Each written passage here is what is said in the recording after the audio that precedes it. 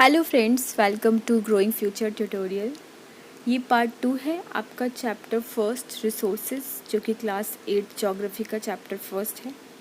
ठीक है, इस वीडियो में हम इस चैप्टर को कंप्लीट करेंगे। तो चलिए फिर शुरू करते हैं। हमने कल नेचुरल रिसोर्स पढ़ा था, आज हम ह्यूमन मेड रिसोर्सेज को पढ़ेंगे। ओके, अब ह्यूमन मेड रिसोर्सेज क्या होती हैं उनको पढ़ लेते हैं। चलिए, sometimes natural substances become resources only when their original form has been changed। कभी कभी जो resources होती हैं जिनको हम उनकी ओरिजिनल फॉर्म में यूज़ नहीं कर सकते, जब हम उसकी ओरिजिनल फॉर्म को चेंज करेंगे उसके बाद हम उस चीज़ को यूज़ कर सकते हैं। ठीक है, अब उसको कौन चेंज करेगा? उसको ह्यूमन चेंज करेगा, इसीलिए इसे ह्यूमन मेड रिसोर्सेज बोलते हैं। जैसे कि आयरन ओर में से जब तक आप आयरन को अलग नहीं कर लेते तब तक आयरन कोई रिसोर्स नहीं होगी।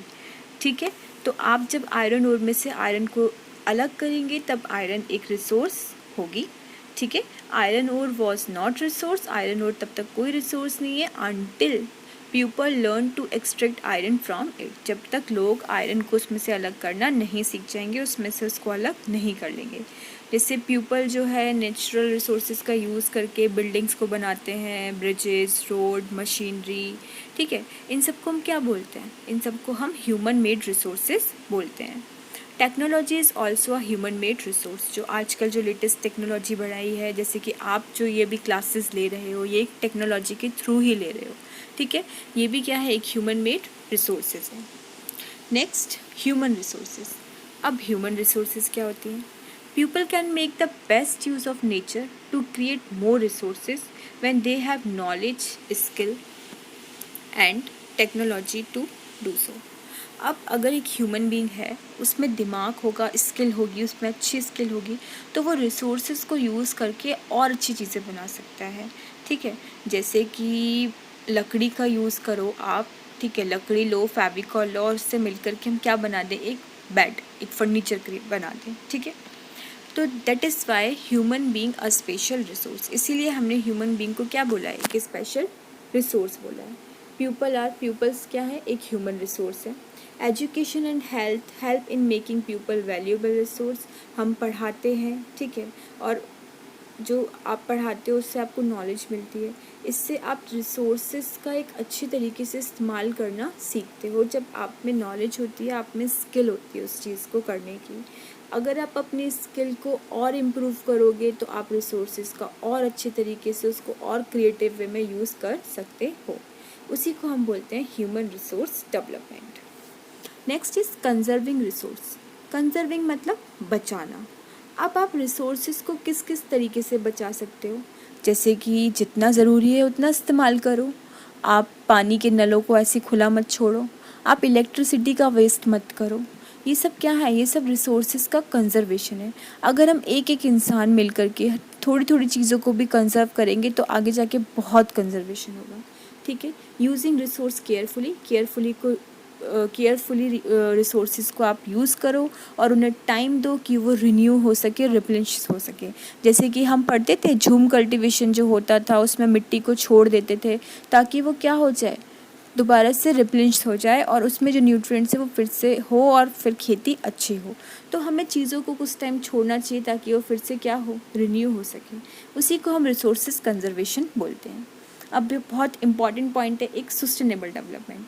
सस्टेनेबल डेवलपमेंट क्या होता है? आपको ग्लॉसरी में बता रखा है। Carefully utilising resources so that besides meeting the requirements of present also take care of future generation. आप चीज़ों को ऐसे इस्तेमाल करो कि आप एट प्रेजेंट तो उसका यूज़ कर रहे हो और फ्यूचर जनरेशन भी उसका यूज़ कर पाए। इस बैलेंस वे में आप चीज़ों को यूज़ करो। तो balancing the need of resources and also conserve them for future, इसको हम क्या बोलते हैं? Sustainable development. ठीक है, there are many ways of conserving resources. बहुत सारे तरीके हैं रिसोर्सेज को कंजर्व करने का। अगर हर एक पर्सन कंट्रीब्यूट करे कंजम्पशन को कम करने में, उसको रिसाइकल करने में, चीज़ों को रीयूज़ करने में, तो अल्टीमेटली एक बहुत बड़ा डिफरेंस आएगा। ठीक है, क्योंकि किसी न किसी तरीके से हम सब की लाइफ एक दूसरे से क्या होती है? लिंक्ड होती है। ओके, यहाँ पे कुछ प्रिंसिपल्स बता रखे हैं सस्टेनेबल डेवलपमेंट के, उनको पढ़ लेते हैं हम। फर्स्ट दे रखा है respect and care for all forms of life. देखो हमें सबकी रिस्पेक्ट करनी चाहिए। फॉर एग्जांपल आप कहीं पे भी पॉलीथीन फेंक दोगे तो वो किसी गाय ने खा ली तो उसका डाइजेस्टिव सिस्टम क्या है, वो चौक हो जाएगा, ठीक है, और उससे उसकी डेथ भी हो सकती है। आप कोई भी प्लास्टिक की बॉटल पानी में डाल दोगे तो जो एक्वेटिक एनिमल्स हैं, ठीक है, वो भी मर सकते हैं।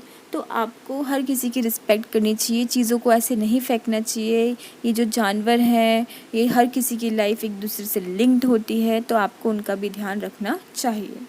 Next is improve the quality of human life. Human की लाइफ की जो क्वालिटी है उसको क्या करें, इम्प्रूव करें। कंजर्व करें हम, मतलब बचा के रखें अर्थ की विटेलिटी और डाइवर्सिटी को। जो अलग अलग जगह पे अलग अलग चीज़ें हैं उनको क्या करके रखना, कंजर्व करके रखना, ठीक है। बहुत कम यूज़ करें जो नेचुरल रिसोर्सेज हैं। Minimise the depletion of natural resources, मतलब आप जो उसका अत का यूज़ करे जा रहे हो, ठीक है, उसको आप थोड़ा कम करो, ज़रूरत है उतना ही यूज़ करो।